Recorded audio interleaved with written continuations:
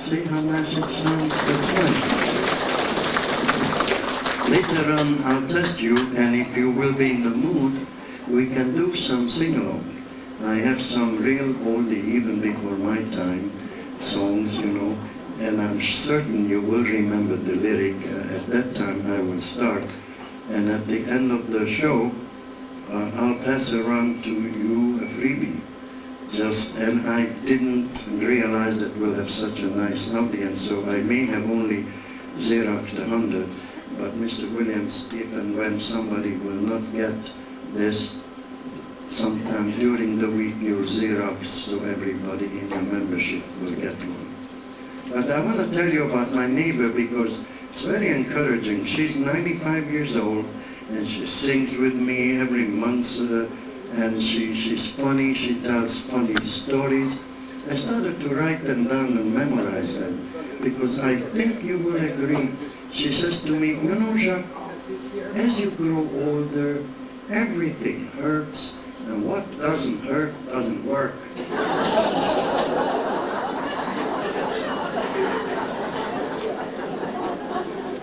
She says, you finally reach the upper ladder on the ladder, and you find it's leaning against the wrong wall. She says, when you're really old, you go to a lovely restaurant and you sink your teeth into a nice juicy steak and they stay there.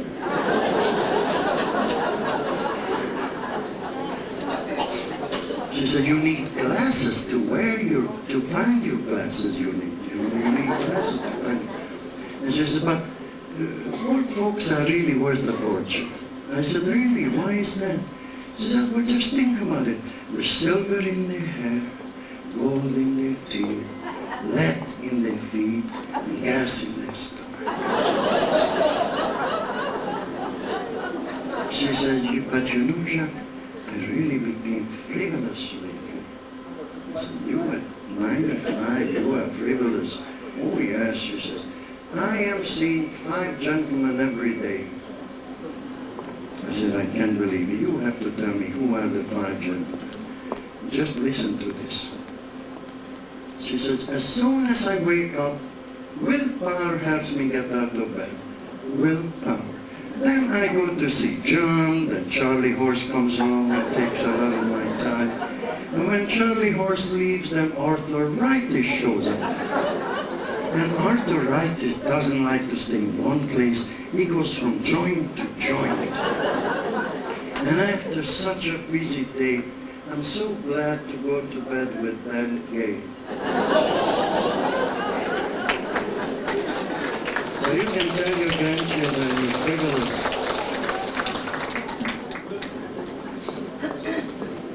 You know, after I was in New York for a couple of weeks, even though I was very skinny, this was right after the Second World War, and during the war I was starving a lot, and I was very skinny. And but I was very healthy, and I wanted to meet an American girls. I've seen them in the movies, in these MGM musicals, so many times with my sweetheart Erika. So now Erika was not with me, I was alone, and I wanted to meet an American girl. So my boss says, okay, Jacques, don't worry, everybody likes you. Comes next week, I'll fix you up with a blind date. I said, sir, I know I don't look very good, but could you fix me up? This will be the first American girl. Please fix me up with a girl who could see. So she explained to me that's an American slang. That's how I started to learn American slang. And she said, oh, she's lovely, she can see it, she comes from a Hungarian family, you'll have a lot in common. Then I didn't know what kind of gift to buy her. Because in Europe it's customary on the first date or the second, you take some flowers or some chocolate. So I went to a department store, and behind the counter there was a lady. She says, would you like to buy some cologne or some toilet water?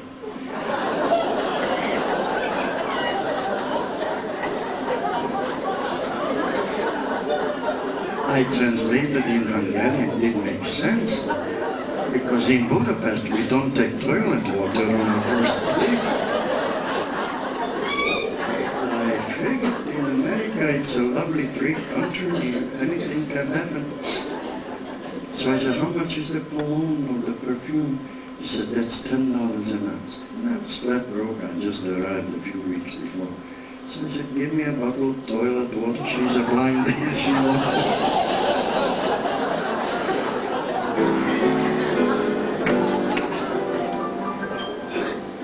And she turned out to be a lovely girl. And she taught me at the time some Porter songs, some Gershwin. So I'll play for you a few of those songs. And later on, if you have any request, I do remember you even told me on the phone, it's a sin to tell a lie. Isn't that fantastic? At my age, I can remember. As I grow older, I forget things, but I did remember you because you sounded very clever on the phone. And as we grow older, we do forget things. You know, earlier I noticed there was a couple sitting and a wife says to the husband, honey, I feel like having some ice cream. Would you go get some? He says, yes, okay, it's around the corner, not too far. I'll be back in half an hour. So the wife says, but sweetheart, please, write it down. You're already 80 years old and you forget. You always bring me chocolate. I hate chocolate and I break out. Bring me vanilla. Write it down, vanilla. He says, now don't be so silly. Just because I'm 80, I'm not stupid. I don't have to write it down. Okay. So about 30 minutes later, the husband came back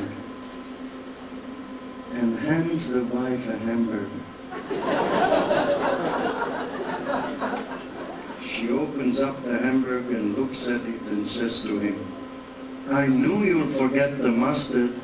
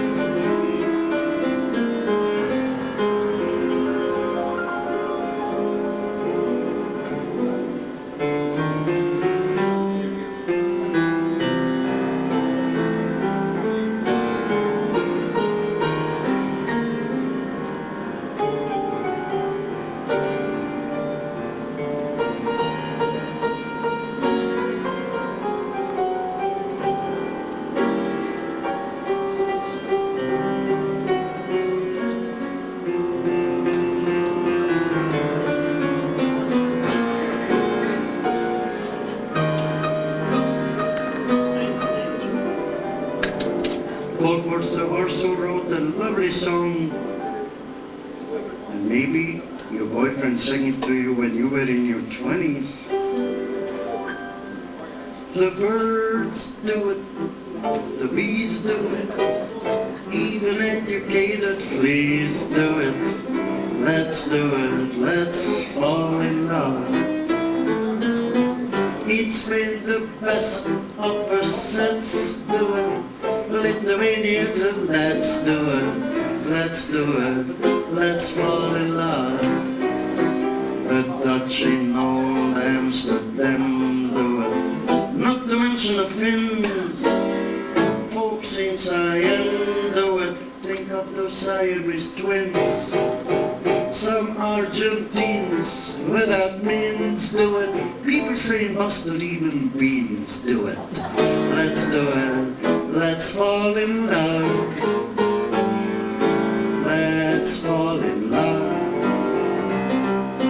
And Cole Porter wrote the famous song, I love Paris in the springtime. Sing it if you want. I love Paris in the fall. I love Paris in the winter when it drizzles. In the summer when it says, you know, every time I sing this song, I remember this very interesting story about Mr. Goldsmith, who won the prize by selling the most Cadillac in Brooklyn.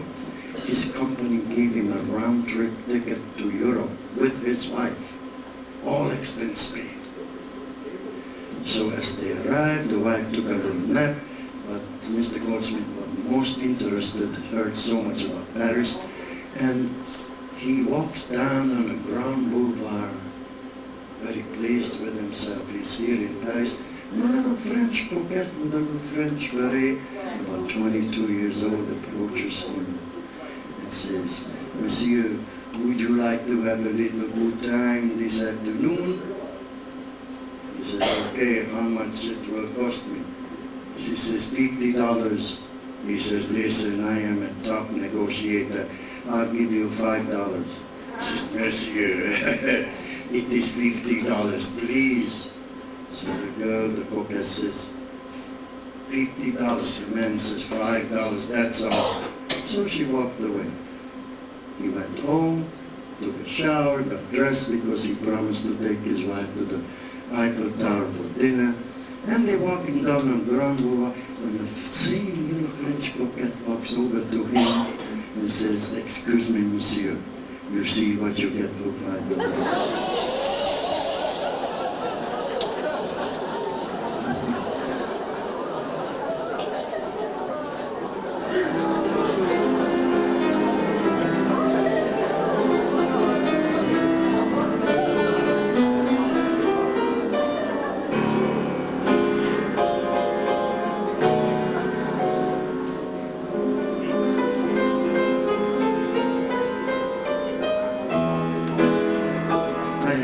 Story. This is very subtle, so you have to watch this very carefully, because this is about two young French boys.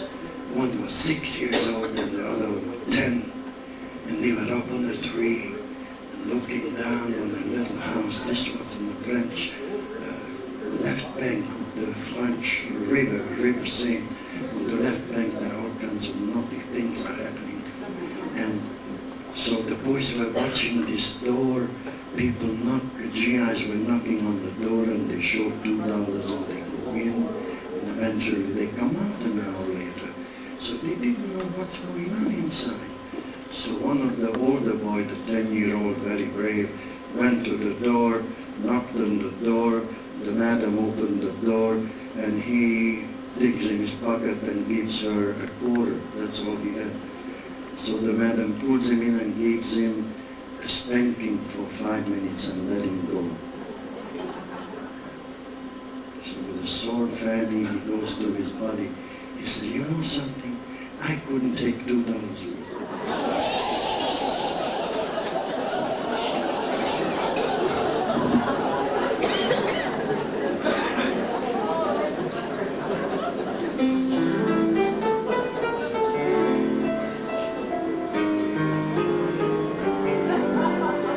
By the way, does that, you mentioned that somebody has a birthday today, and I will teach you tomorrow. Okay, that's right. I teach you a toast in case next time you're at a big dinner table or a big party, New Year's Eve, and there is someone you wanted to tell of for a long, long time. And this is a subtle way to do it. You lift up your wine glass and you say to him, "May I make a toast to you?" So you say, "Okay." So you lift up your wine glass and you say to him, "A man may kiss his wife goodbye. The bee may kiss the butterfly. The wine may kiss the frosted glass. But you, my friend, good luck."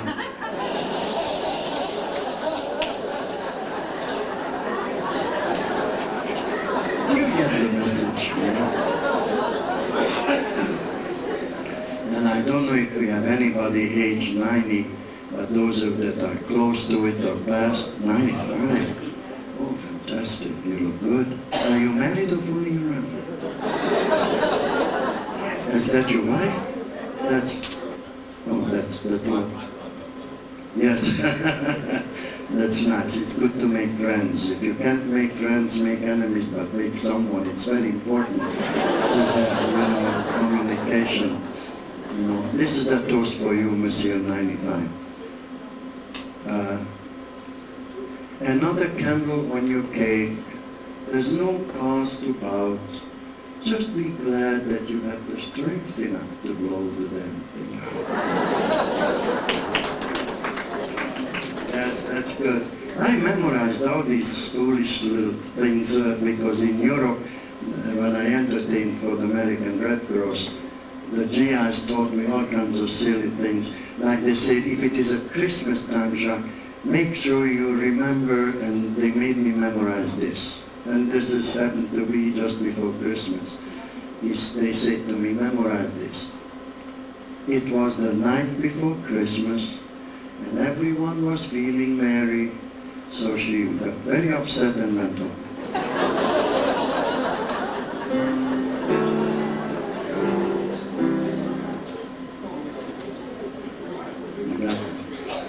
Among the fishes in the sea, I like the little bass. He climbs up on the seaweed tree and slides down on his hands and knees. These are the silly things, you know.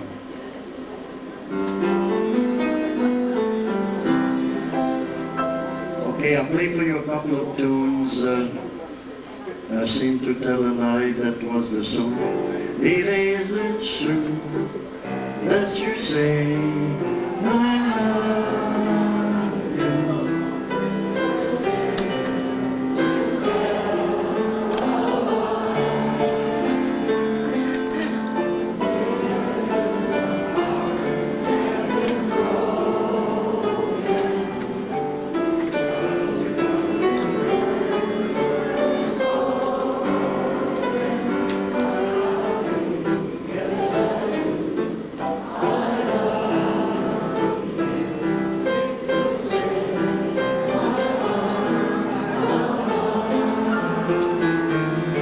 So sure it's true when you say I love you.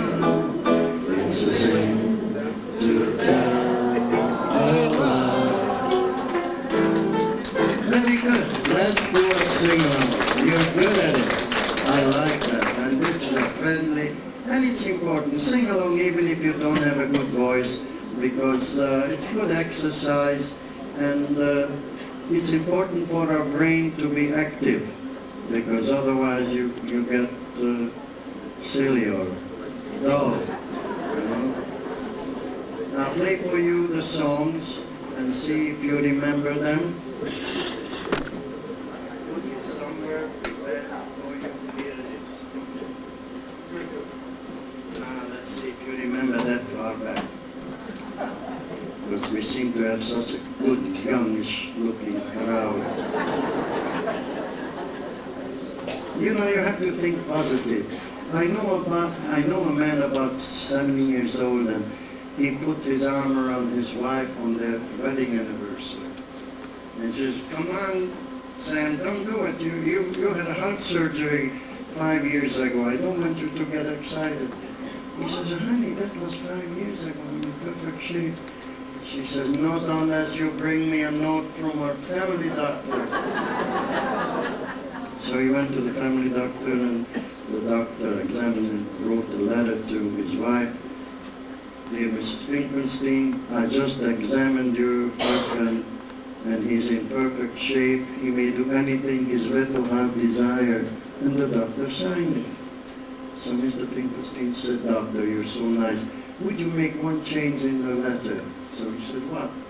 Instead of saying, dear Mrs. Finkelstein, just write to whom it may concern.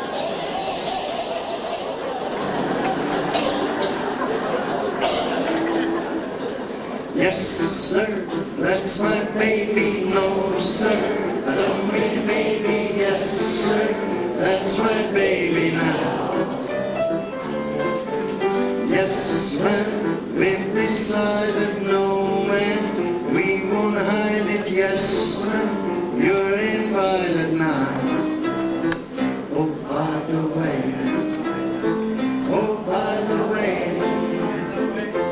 when we meet, the preacher I will sing.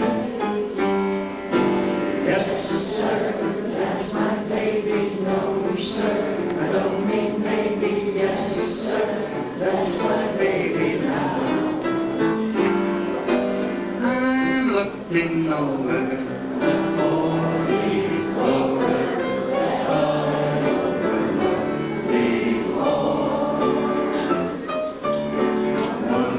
Sunshine, the second is rain. Third is the roses that bloom in the lane. explaining the one remaining.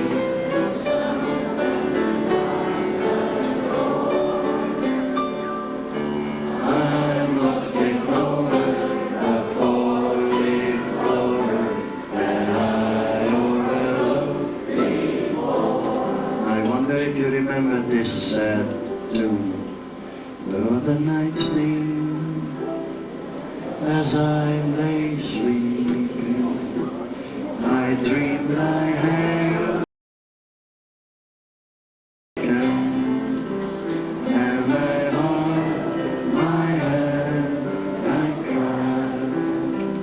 You are my sunshine, my only sunshine. You make me happy when skies are gray. You never know, dear, how much I love you. Please don't take my sunshine away. Now for the next song, I want to hear all the men especially. The next song, I know that when you were younger, you did have a girl who was 5'2", eyes of blue. You know what those 5 foot would do. So come on, you guys, sing it. 5'2", eyes of blue. It's what those 5 foot would do. Has anybody seen my gal? Turn up, no, turn up, no. Left or yes, sir, no. Has anybody seen my gal?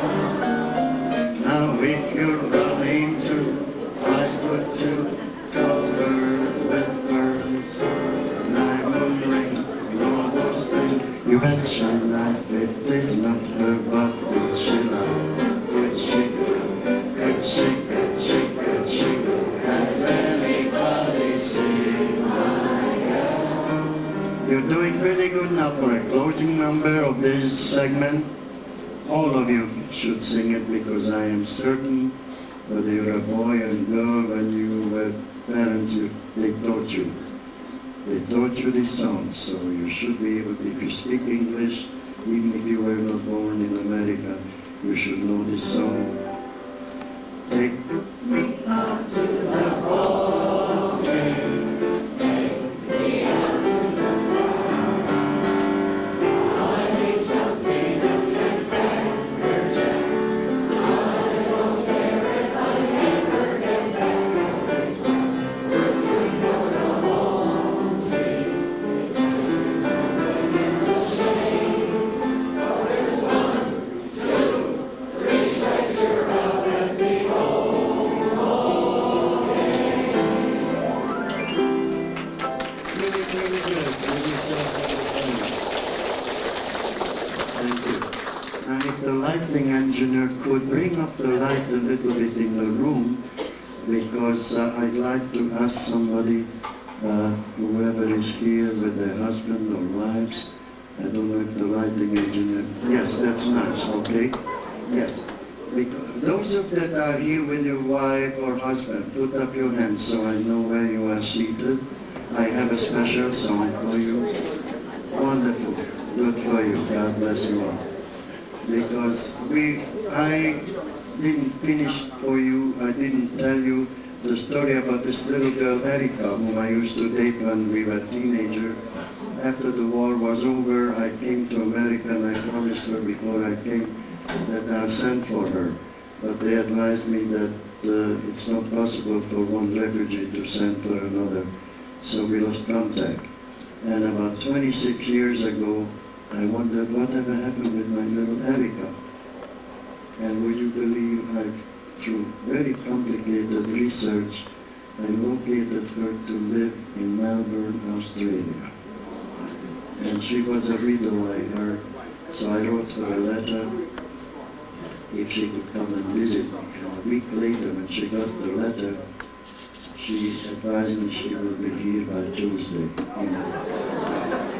She's adorable. She was such an exceptional girl. And I really looked forward. And so she was here for a couple of weeks.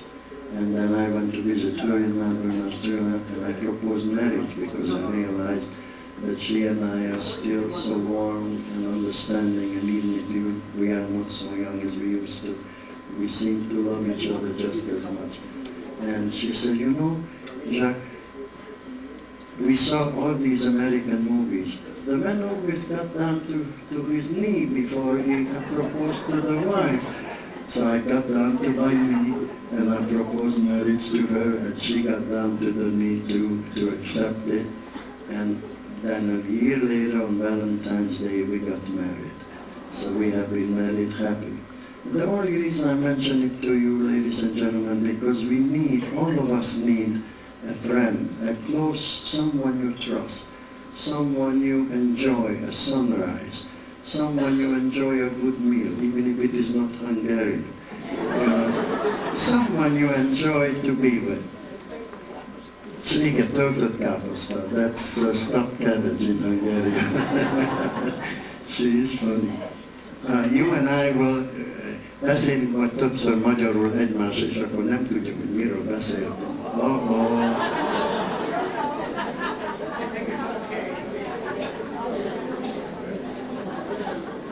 So we should be all thankful the fact I traveled around the world a little bit with my piano and songs, and I discovered that many places in the winter it's too cold, they don't have enough heating system.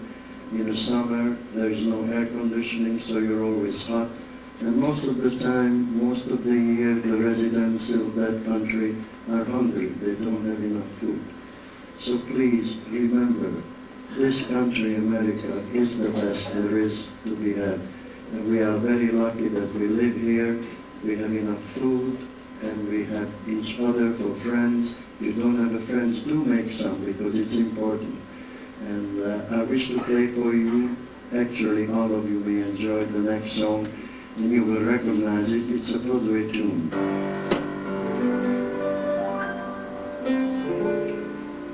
When I was a young man courting the girls, I played me a waiting game. When the young maiden refused me with tossing curls, I let the others take a couple of whirls. While I plied her with tears in lieu of pearls, time came around, she came my way.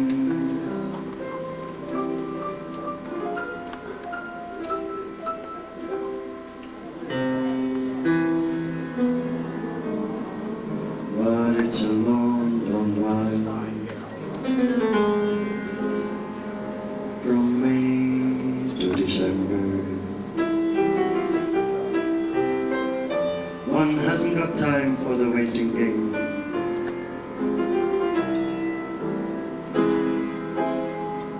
All the days went down into a precious few. September, November,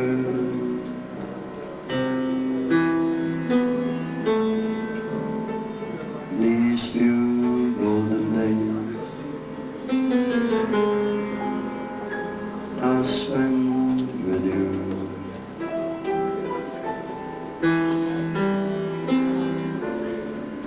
These golden days I'll spend with you.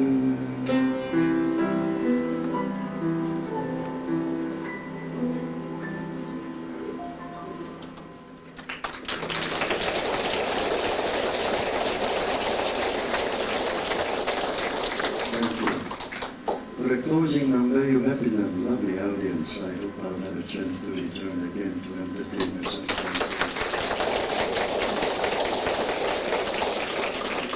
And I really have 800 other songs and different stories, so don't have to worry, I'll repeat myself. Anytime, twice a year. Many places I go 3-4 times a year. So I always have to keep a note, what did I say where, so I don't have to. Good, I'm glad. For a closing number, it's a very up-tempo tune. I learned it from Doris Day, and I made some movies with her, Thrill of It All with Doris Day and James Garner. I did some movies with Paul Newman and Shirley MacLaine, What a Way to Go. These are a long time ago when I was tall and slim. But you see, when I turned 50, I gave up smoking and drinking. That's 2 out of 3, you see. But I put on the weight because my wife introduced me to Kit Kat and chocolate bars. And besides, since we are married around 25 years, she cooks Hungarian. And so it's good food, but I don't mind it too much. As long as it doesn't affect my voice, I don't smoke and don't drink. But I'll play for you this song I learned from Doris Day. And all of you know, and if you feel like it, you're welcome to sing along. Sunny Side of the Street.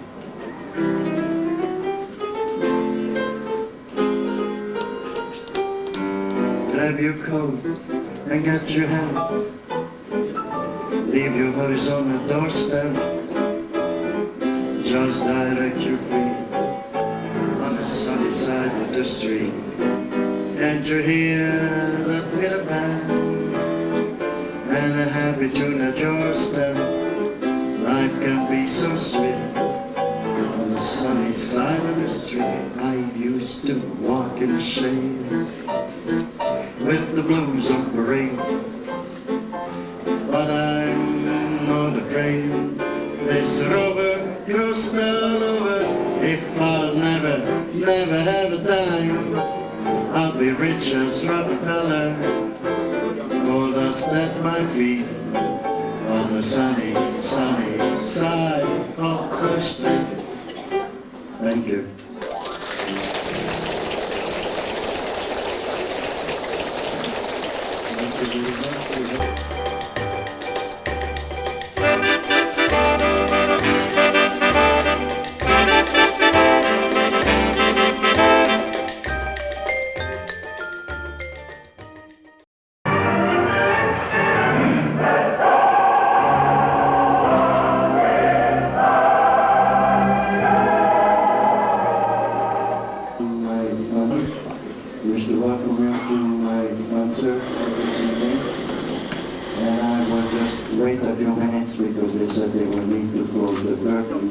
So I just introduce myself to you. I'm from Budapest.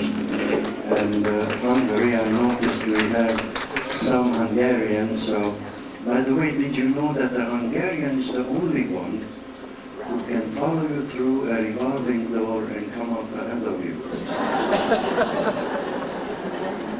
And I had some very interesting times during the Second World War. In 1945, I was still in Budapest, and the fact that Jewish was not being popular at that time. My real name used to be Josef Friedman, you see, but the fact is that when I came to Hollywood, they changed my name to make it more romantic, because I do sing 6 languages. I sing in French, German, Hungarian. I play some Russian tunes and some Yiddish. I joined the Yiddish club. I joined the Irish club, so I will play some Irish songs. So we will have a nice international situation. And this is my assistant here. Let's give him a nice hand. And he's got a good sense of humor, and I have to have one too. And I'll play for you some European songs as well as some mostly American songs. And of course, let's give a nice hand to Mr. Williams, because he had such a great talent. Sit down and save your chair, Mr. Williams. You see, he spent a lot of time to find the best entertainment that is available in Southern California. So you'll have the pleasure to be entertained. Oh, by the way, do we have any birthday today? Anybody born in December? Tomorrow? Yeah, that's close enough. I'll have something for you later.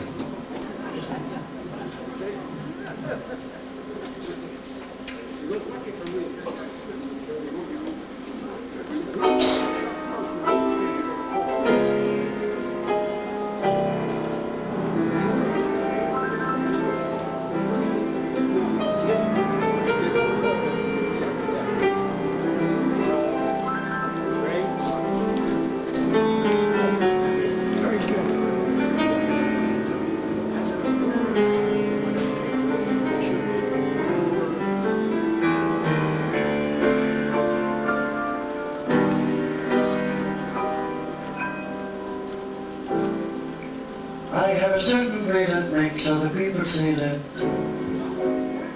I lack responsibility.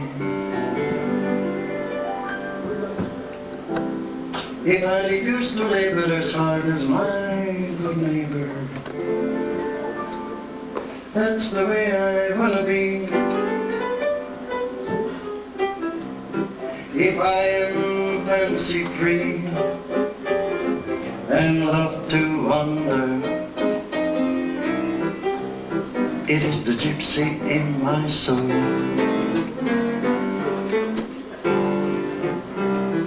There's something calling me from which I'm fonder. It is the gypsy in my soul. I've got to give vent to my emotion. I'm only content having my way. There is no other life of which I'm fonder.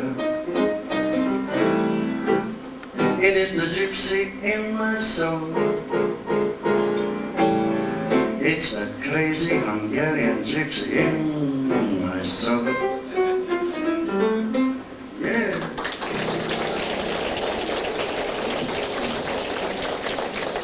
Thank you. Well, actually, ever since I've been a teenager, I wanted to come to America. And I studied first classical music, then I switched to jazz.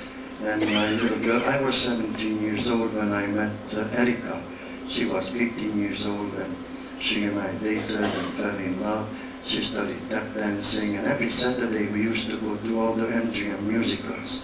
Maybe you remember Fred Astaire, Sonia Annie, Ginger Rogers. It might be before your time, I don't know, but they were very popular, you know. And I kept learning American songs, and somebody told me I should go to see, there was a man called Eddie Cantor. Maybe it's before your time, Mr. Williams, but he was very popular in 1935, came to Europe.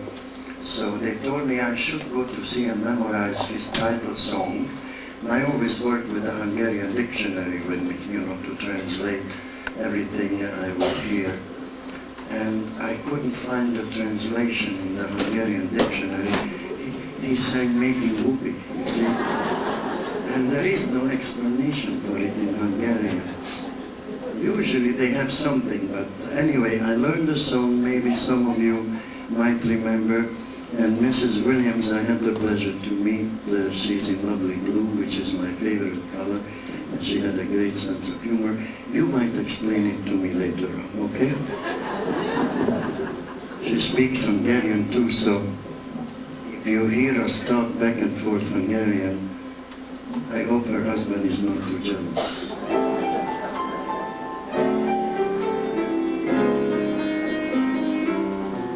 Another June, another bright, another sunny honeymoon, another season, another reason for making whoopee. Another shoes, another rice. The groom is nervous, he answered twice. It's really killing that he's so willing to make some whoopee. He doesn't make much money, only 5,000 per. Some judge who thinks it's funny, he says, you're gonna pay 6 to her if you divorce her. But judge, suppose I fail. The judge says you budge right into jail. You better keep her. I think it's cheaper than making whoopee.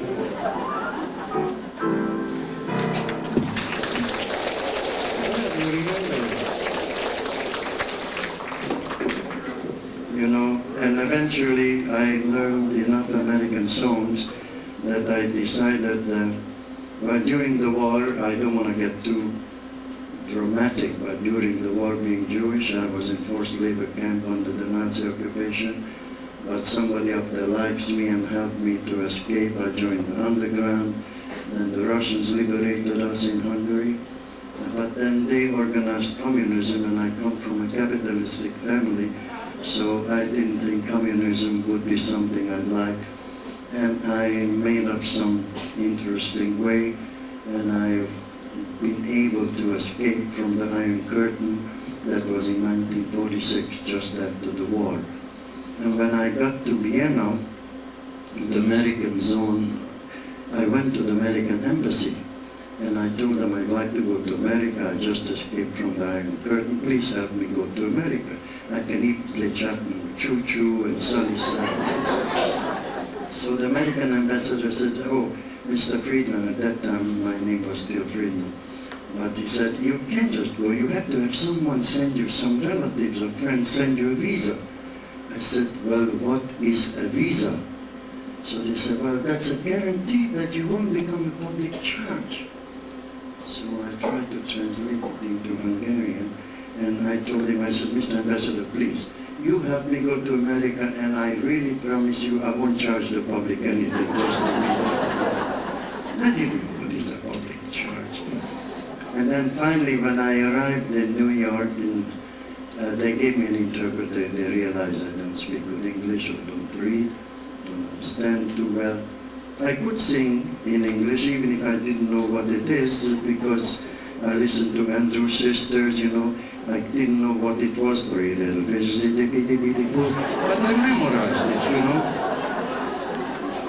Then I also learned, they said there's another song the Andrew Sisters sang that all Americans know. You better memorize it, someday you may go to America. Everybody will know the song. Not by me, Mr. Schoen, that's also Jewish, yes. But Merci dots and little lambs entirely, everybody knows. And would you believe, I checked this out before, about 15% of the audience still doesn't know, just like I didn't know, what is a merci dots and what is a dorsey dots.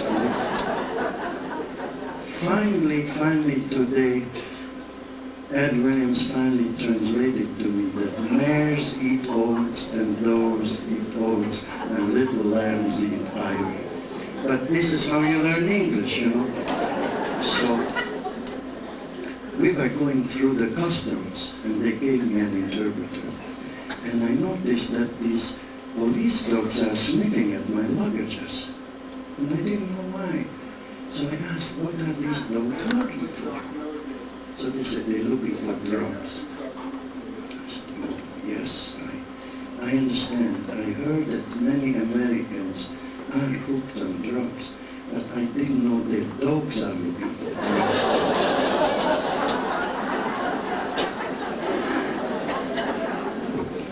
Well, I finally got a job after a while, but the first couple of days were difficult, because I couldn't read the menus in restaurants. You know, it's very complicated. You go to Europe, you try to figure out the French menu. So a friend of mine told me I could memorize a couple of dishes, and so I don't go hungry. I said, well, what should I memorize that every coffee shop or restaurant would have? So they said, memorize apple pie and coffee. Every restaurant in America, New York, has apple pie and coffee.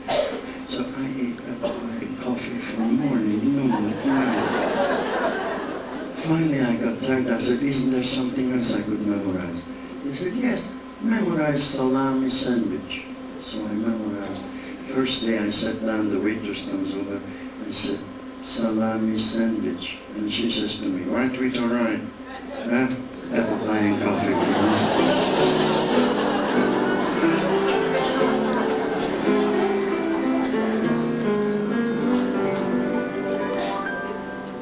I'll play for you a couple of songs from Europe.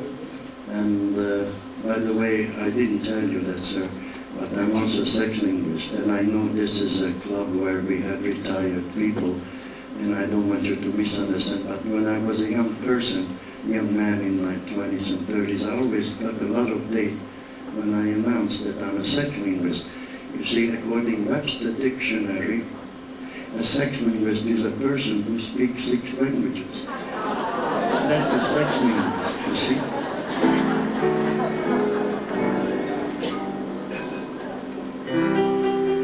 Csak egy kislány van a világon. This is Hungarian. Az is az én drága galambom.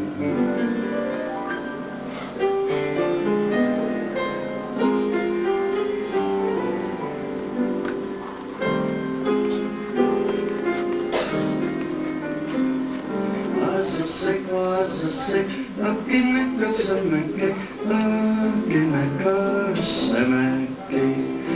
Az a szép, akinek a szemekek, akinek a szemekek. Lám az enyém sötétkék, mégse vagyok a babámnak elég szép. Az a szép, akinek a szemekek, akinek a szemekek.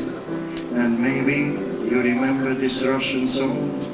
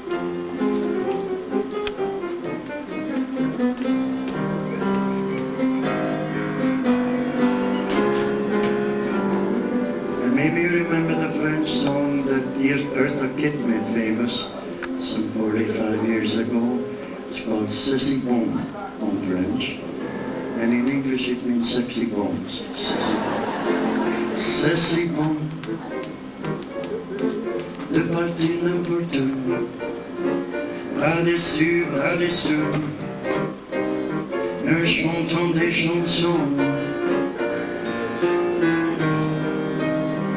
de gâter dans ses yeux un espoir merveilleux qui a des salons. And Mr. William told me we also have some German or some Austrian, so for you I play Wien, Wien, Wien, nur du allein. Wien, Wien, nur du allein.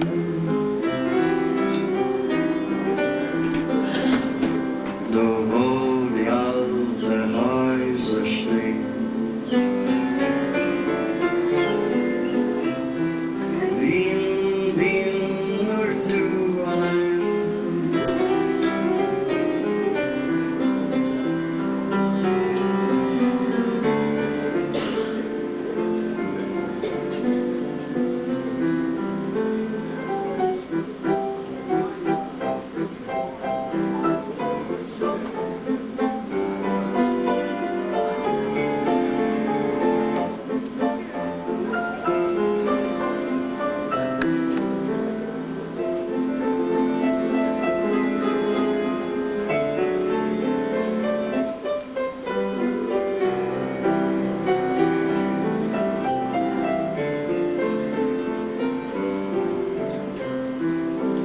I don't know if we have any Greek in the audience, but just in case we do, I'll play for you. You can kiss me on Monday and Monday and Monday. Very, very good. You can kiss me on a Tuesday, a Tuesday, a Tuesday. In fact, I wish you would. Now you can kiss me on a Wednesday, a Thursday, a Friday, a Saturday's the best. Never, never on a Sunday, a Sunday, a Sunday. That's my day of rest. Most any day that you like the best. Any day you say, just my day of rest. And for our Yiddish friends,